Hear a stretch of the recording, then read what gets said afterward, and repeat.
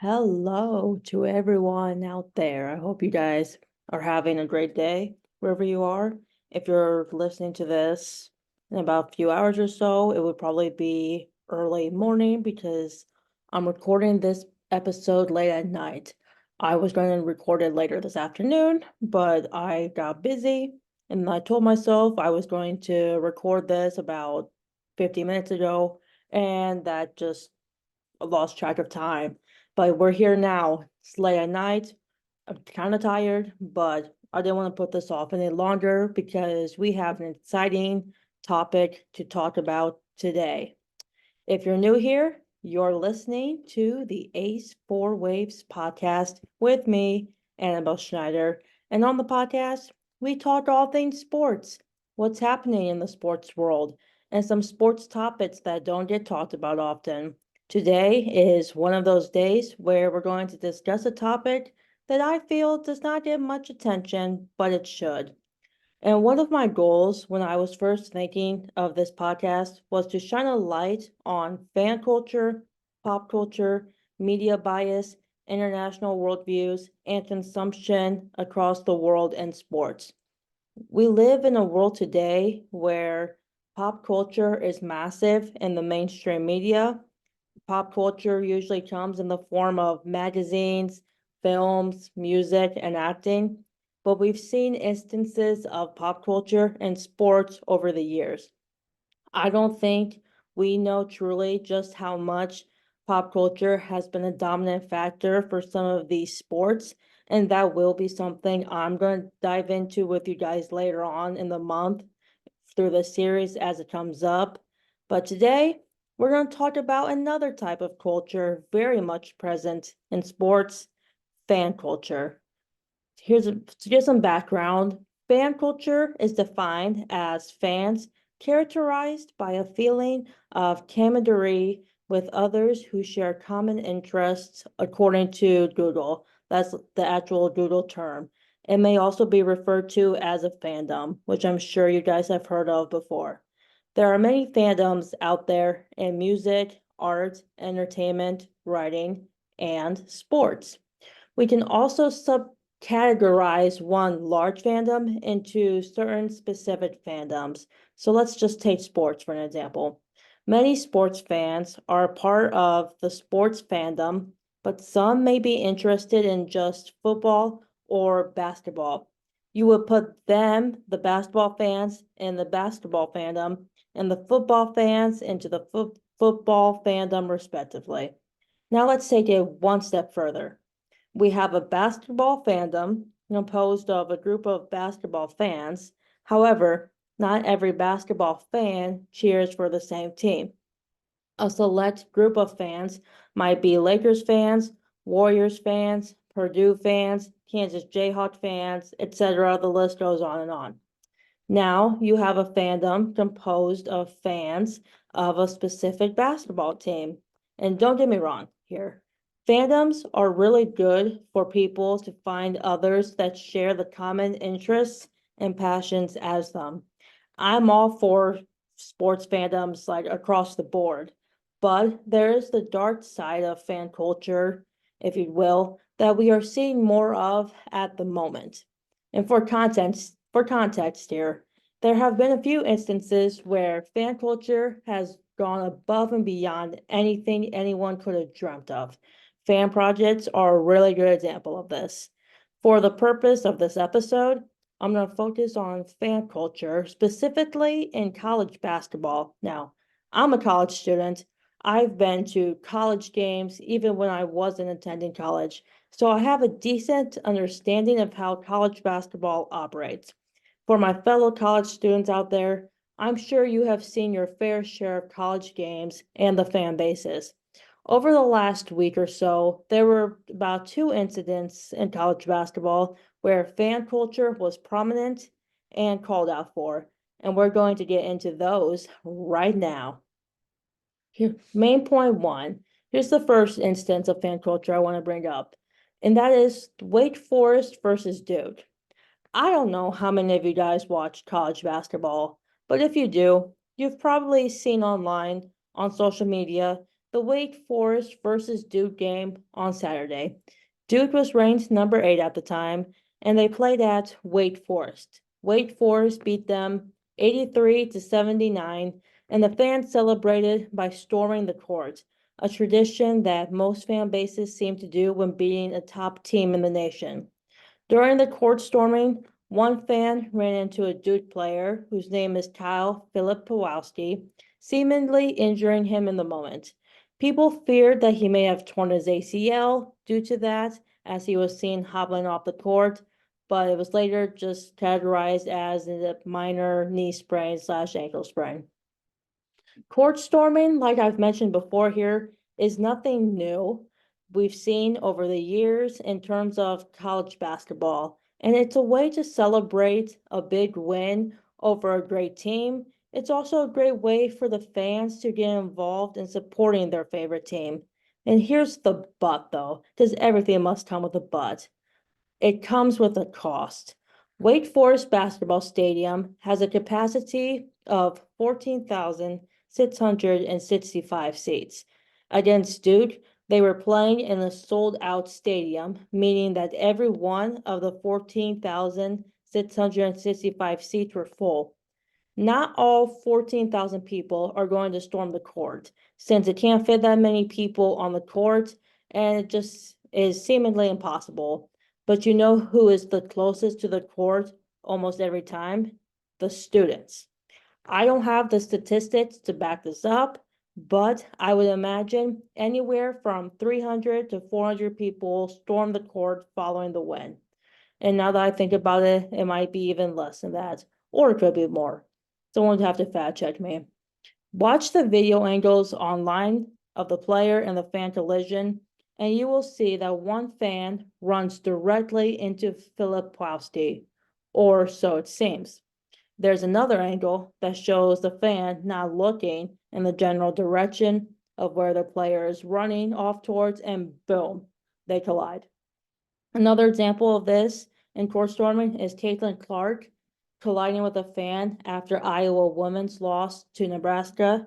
Nebraska fans stormed the court after knocking off number 2 Iowa, and one fan collided with Clark. There was an outrage on social media following the collision and called for court storming to be banned or end for good. Here's another question. Is it time to end court storming? And I'm gonna just give you guys an example and a little fun fact here. I remember sitting at home with my brothers and parents watching Iowa State play Houston and Ames. Granted, this was early January, where students were still on winter break across the state of Iowa. Houston was ranked number 2 at the time, and the Cyclones did not have a sold-out stadium due to weather and winter break.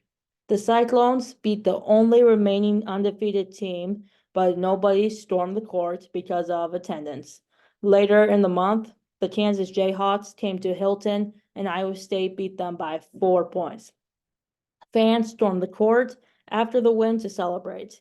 I watched that game on TV, as I did with the Houston game, and remember being happy that fans could celebrate a win like that in person after not getting the chance to against Houston. Nobody was injured during the rush, which made the experience for the fans worthwhile. And not all court storms result in collisions or injuries. Is there a greater risk for one of those happening because of court storming? Yes. Does there need to be better precautions and safety measures for handling those situations? Yes. But banning court storms is just taking away the celebration for fans. Some fan bases are a little more aggressive than others, and you need to watch out for that. And there's a great article on ESPN talking about the college basketball court storming debate, which I highly recommend reading.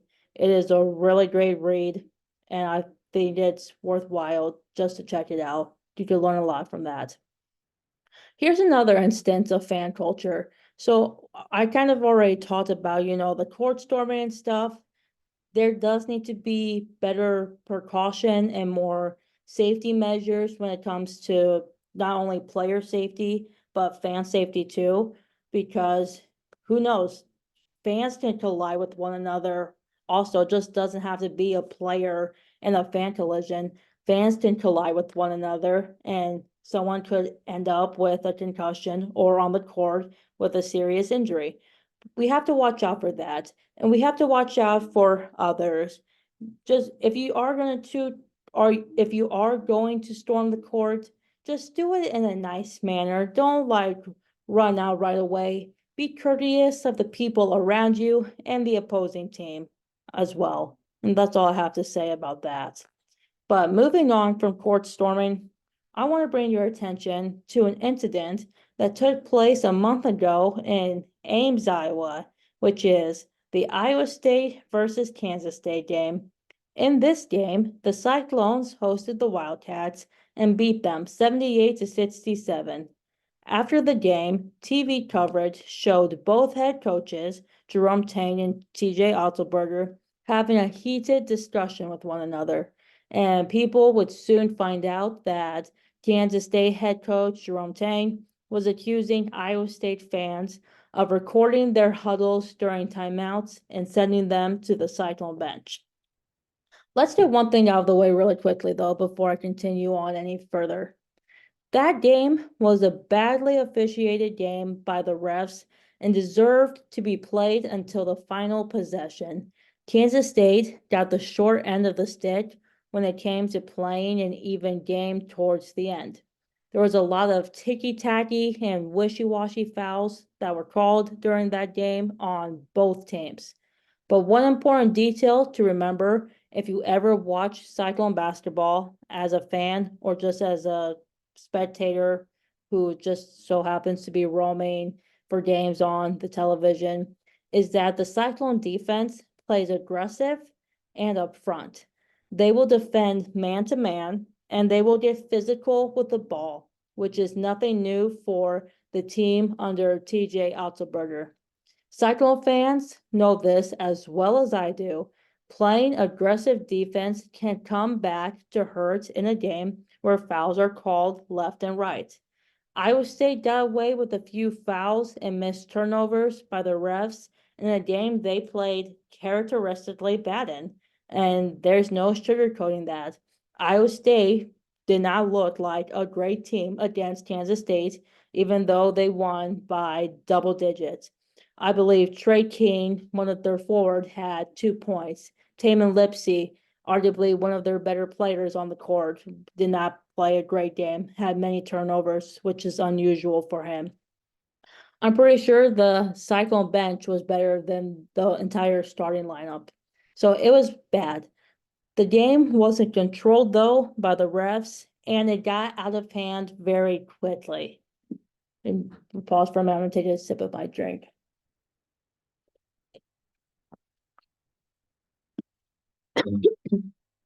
Also, if I cough and my voice still sounds hoarse, it's because I'm trying to get over sickness. So I'm still dealing with the sickness, but powering it through because I did not want to miss another podcast thing. Here's the second sub point, though, underneath the Iowa State versus Kansas State game is the sign stealing or the recording, whatever you want to call it, controversy. I hinted at this briefly in my Big 12 tier ranking episode where I said I wasn't going to dive into it much because it wasn't really my place to do so. But this seems like a better time to bring it up now. The thing to remember in Ames is that they were playing in a sold out crowd, but Hill Coliseum does not really have good fan signal or good cell phone signal in the stadium. And it's been like that for many, many years. You cannot get good cell service while you're in there. So the fact that the Kansas State head coach was accusing people of recording their timeouts and sending them to the Iowa State bench makes it a little bit more impossible considering how bad the cell service is in there from the start. And imagine about 15,000 people using their phones not at once, but using their phones in all different parts of the stadium. It seems impossible to get good cell service. So there was kind of like the red flag, if you will, with all of that. I know during the game, I think the TV broadcast caught it too, that some Iowa State fans were throwing stuff at the Kansas State bench. Jerome Tang caught them and was mad about that and took it to the refs. But there's nothing wrong, with getting involved in the game, which is going to be something we're going to talk about later in this episode. But there has to be a certain level of respect between the fans and the opposing team. I know that they're your opponents and you want to beat them. And this is turning more into a rivalry between Iowa State and Kansas State. Both are semi close to one another. I'm pretty sure Manhattan is about 6 or 7 hours away from Ames, Iowa, maybe just a little bit further, but they're close. They're both in the Midwest. But just because they're your rival, like with the Iowa State versus Iowa rivalry, I know it always gets heated and in the moment during the games too. But when you're playing a rival team in your conference, there's going to be bad calls. There's going to be some missed calls, and the refs are not perfect. Are they going to mess up on a few calls? Absolutely. But all the blame doesn't need to be pointed towards them. As fans, it's our responsibility, though, to maintain peace throughout the game and be courteous of one another. And that doesn't just pertain to being courteous of the opposing team. It also being courteous of the people you're sitting around and you're around. If you're throwing, water bottles and cans and food down, like a row of seats and it hits someone in the face, that's that's out of line and that's wrong. And I don't condemn that sort of thing either. You need there's certain levels of respect that one has to maintain and that one has to have. And that's also just called being polite. If someone were to hit me with a water bottle during a basketball game, I actually don't know if I would be the perfect example for this because I really don't get mad easily and nothing really bothers me. But if I was someone who was bothered by it and I would feel, mad, maybe I would feel mad and I would also just feel, like why do you need to do it, You're in public.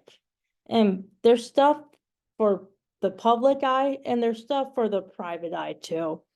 I know after the game, both Jerome Tang and TJ Otzelberger refused to speak about it initially. All they said was that they were just going to look into an incident and that it would be handled.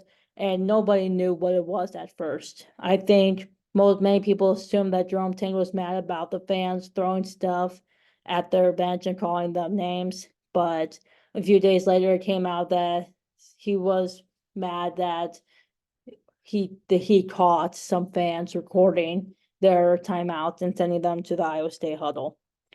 It was a lot of controversy. It was all cleared up within a week or so, but the fans were left feeling, angry and livid that they could be accused of doing something like that, which is a penalty for coaches and teams in the league.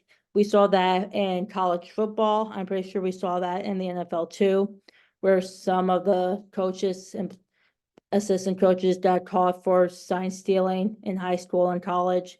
That's a whole nother discussion that we're not going to talk about right now, but I know it is a thing and there's penalties for it. You can get penalized if you're caught cheating or stealing signs. And that's a punishment that is, pretty blankly obvious, comes with some sort of consequence. So anyways, the fans were left mad. They were left feeling angry about those accusations. It was all cleared up though. No one did anything, but you can see how the fans would react to an allegation like that. I don't think anyone went to extreme measures, but it's a fan base like that, where you just have to take it with a grain of salt. And at the end, that your team and your fans are not capable of going to that extreme measures, and it'll all be cleared up. So there's that. Want to get that out of the way. That's the whole sign stealing controversy. But the third incident I want to bring up in relation to fan culture is a game that took place yesterday in Austin, Texas. We're going to stay in the Big 12. A lot of these things seem to be happening in the Big 12 for some reason.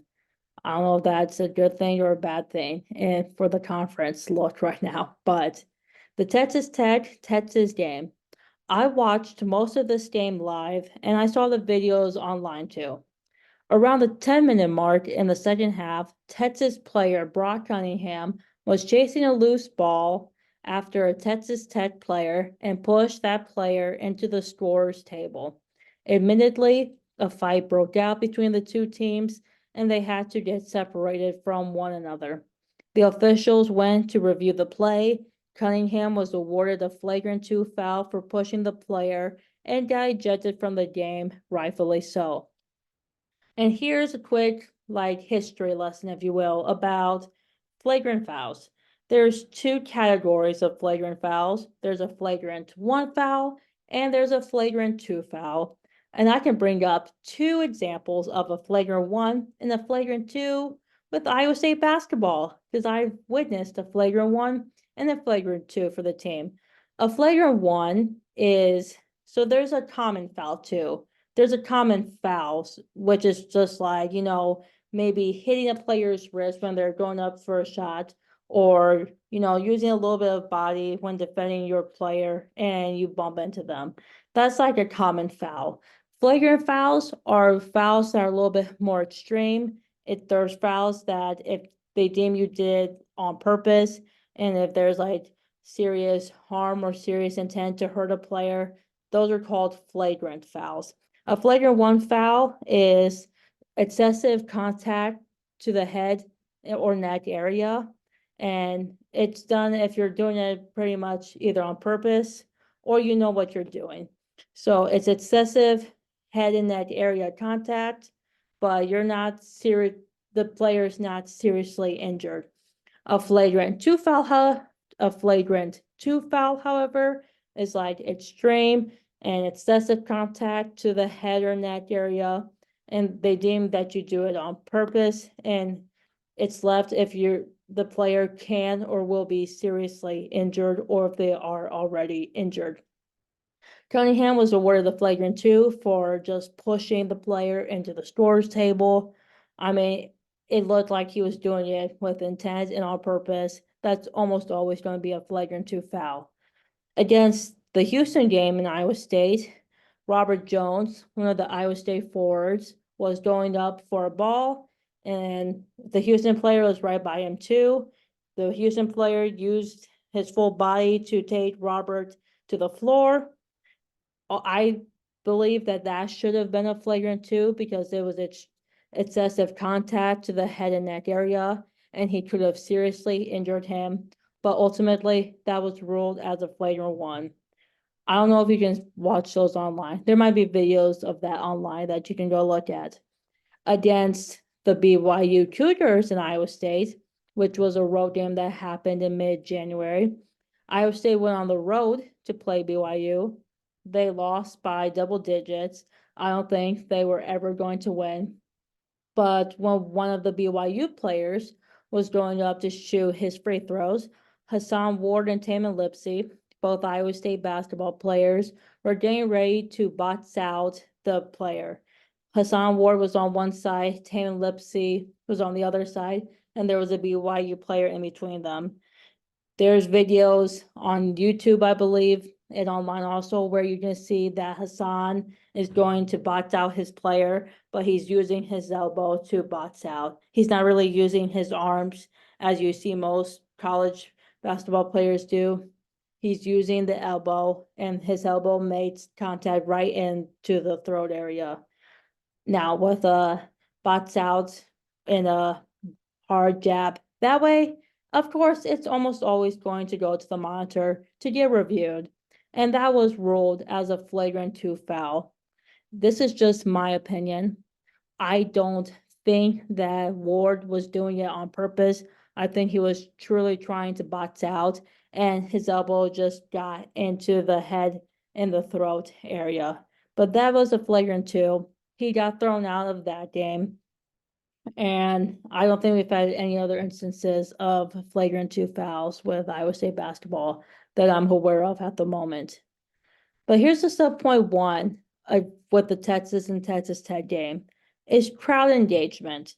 We can point fingers at fan interactions with players during games, but the crowd engaging during the game, I believe, brings the game back to life when the home team is down. If a bad call is made, fans will make sure that their voices are heard. And expressing emotions and feelings is all a part of the game, sometimes both on the court or off the court as well. I've seen it with Iowa State fans, even today against Oklahoma. Iowa State had a home game against Oklahoma. I couldn't watch it because it was on ESPN Plus, but I saw clips of it and looked at, the play-by-play game cast. And Iowa State had a very bad first half. But towards the end of the first half, they slowly came back to life. And from the videos that I saw on ESPN, the crowd was getting involved with it, cheering on with their team, even though they weren't doing well in the moment. And I truly think that that helps spark a team and brings them back to life. When you know you're a good team, Iowa State is ranked number 8 currently, and they were playing a good Oklahoma team. Oklahoma has 19 wins. They're only 2 wins away from 21. I am 98% sure that they're going to eclipse a spot in the NCAA tournament. I believe they only have about 3 more games left to play. If they can get to 21, you're automatically in the tournament.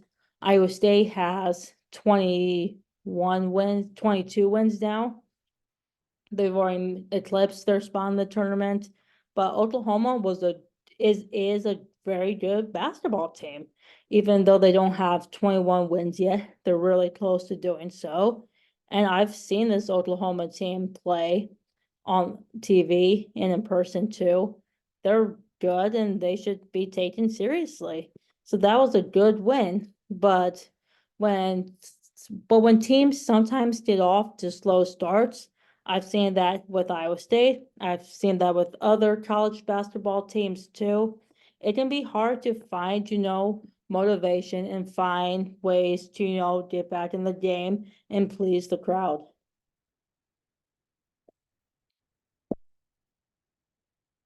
So I was gonna take another sip of my drink there. But I'm all for crowd engagement, but there's also boundaries and lines that we need to be aware of and that we need to take into account. And that is throwing things on the court. If you see the videos of Texas and Texas Tech, some fans were throwing water bottles on the court when the officials were going to review the play that got Brock Cunningham ejected and thrown out. There's you just there's things that you should know what to do as fans, and there's things that you should know are completely out of line. Throwing water bottles on the court during an actual live game is completely out of line. I don't know how one can think that that is okay and how that is just going to be swept underneath the rug. If you throw something on the court, there's a very, very high chance that the team is going to get a technical foul or there's going to be a technical foul called against the fans. And let me assure you, there have been numerous times where there have been technical fouls called against the fans in college basketball. There's been some called this year already. There's been some called in previous years. It's not unheard of and it's not uncommon. But just think about, you're throwing a water bottle on the court and it doesn't matter if it's empty or if it's full of water. A water bottle thrown, with aggressive speed can hit somebody and injure somebody, not just on the court, but if your aim is not 100% accurate, it could also end up hurting or harming an innocent person. You know, there's, I'm trying to think of the right way to word this properly without sounding like a complete idiot.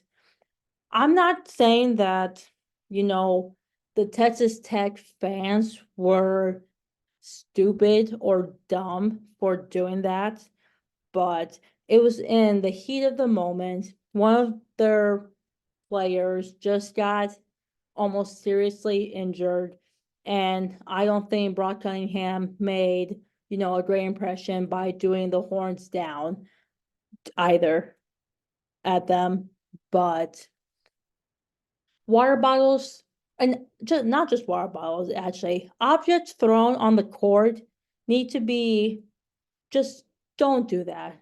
When you do that, you just, I don't know, you're just I think that that's a dumb and idiotic move. That's completely out of line. And then it also got to a point where the Texas Tech head coach had to go on the mic during the review and during one of their timeouts to tell the fans to stop throwing objects on the court. I believe Texas Tech was actually called for 2 technical fouls, and then obviously Texas had the flagrant 2. I'm pretty sure that Texas Tech had 2 technical fouls, one for the objects thrown on the court. I think also another one for yelling or chanting, but there's a, that's the thing with fan bases though. Fan bases will go to extreme levels to make their emotions and to make their feelings very well aware, and they're alerting the refs. They're saying, hey, this was not a good call. I'm gonna let you know that by protesting, by throwing stuff on the court. Just don't do that, guys. It could have easily been prevented, you know? We just throwing stuff in general is not a great way to protest, and videos too show that one fan was being carried out by the police. I would assume and I believe that fan was likely drunk. I'm pretty sure there was a few cans in his hand around him and he had to be escorted. He was thrown out of the game. Don't get yourself ejected for doing stupid stuff, especially when the game is a close game and you want to be as actively involved and invested as possible. Texas did end up being Texas Tech, though, by quite a large margin. So take that with a grain of salt, if you may. I just would love to see fan bases be aware of what is at stake and be aware that when you throw stuff on the court, people are going to take notice, people are going to be aware, and you're hurting your team too by doing that. Texas Tech got 2 technical fouls, but those are also fouls that go in a way back to Texas. If you have 6 fouls already, for example, you're at 6, then you get 2 technical fouls. That brings your foul count up to 8. That means that you no longer have a foul to give for the opposing team if you are trying not to foul on purpose. But if you do foul them, you're sending them to the free throw line to make free baskets and you're giving them free points. Now, with the flagrant 2, however, that kind of canceled out. So the Texas Tech player that Brock Cunningham pushed went to the charity line to shoot some free throws too, and Texas Tech did ultimately get the ball back because of the flagrant 2 and because one of their players was thrown out of the game. That's what I have to say about that. You can, again, there's clips, I believe, on social media and on YouTube too that you can look at. Just type in Texas Tech versus Texas basketball game, fight or brawl, and you can see all of that happen in real time. I don't know if you can see the Iowa State, Kansas State game. You might be able to see some clips online of that too, about the sign stealing stuff and whatever. And I know that Wake Forest and Duke reaction is on YouTube and ESPN where they talked about all that stuff. But guys, that is it for today's episode. I need to cough quickly.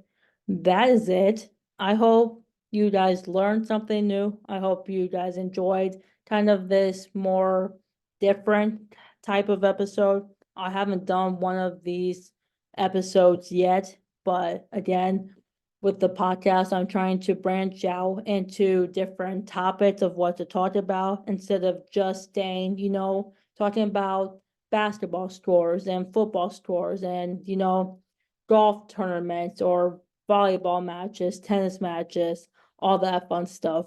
I really want to make this more diverse as possible as I can.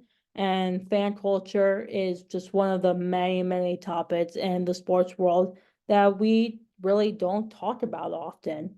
I can promise though that within the next couple of months, I'm going to be doing some more of these, diverse topics and stuff.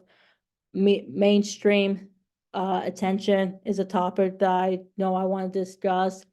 Media bias and then pop culture and certain sports too is something on my episode schedule for March and April to give kind of a look into what the next couple of months is going to look like. I'm recording this on February 28th. So there is one more day of February left, and then we're already in March, which sounds crazy. We've made it through 2 months of 2024 already, and we still have 10 more months left to go. But if you guys watch college basketball, you would know that March is the big March Madness, the NCAA tournament. I'm going to be blocking off probably about 2 or 3 weeks for the podcast to talk about the March Madness and the NCAA tournament. I'll have other side topics scattered in throughout that too. There's the first major coming up for golf in April, which is the Masters. That's going to be a really great golf tournament. The first major of the year too. And we're getting into golf season where there's going to be more golf tournaments and events streaming on TV and wherever you get your daily golf consumption. The Masters is taking place in April this year. We're going to go from the Masters to the PGA tournament in May to the US Open in June to the Open in July. So we're going to have back-to-back majors in about 4 months. Looking forward to that. I'll be doing a little bit of a Masters preview in March. I'll be doing March Madness for basketball. I'm also going to start getting into some tennis stuff. And in June and July, we're going to have the Summer Olympics, the 2024 Summer Olympics.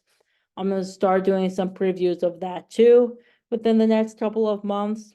I'll still have some Saturday specials. I'm actually going to do a Saturday special on this Saturday. I'm not going to tell you what it's about yet. I want it to be kind of a surprise, but I think you guys will find that one interesting and fun. I'm going to do another coffee talk next week, which you guys know. If you know, coffee talks are just a way for you to get to know me better instead of the person that you see right now on your screen. I'm going to do a coffee talk. I'm going to kind of talk about my experience in college.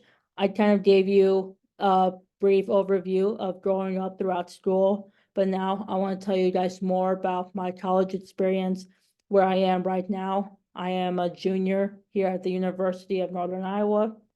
So wearing this Panthers sweatshirt to prove it right now. But we're going to do a coffee talk this weekend. Next week, actually, we're going to do a Saturday special this weekend. Next week, we might do another little special segment, depending on if I can finalize my schedule for March. But there's some great topics, some great discussion, some great episodes I have planned for you guys. I hope you'll stick around. watch those, listen to those wherever. But today was fun. Again, I hope you guys just learned something or enjoyed listening to this. And with that, I think we will conclude the Ace for Waves podcast. Thanks for watching and listening, and I'll catch you guys real soon.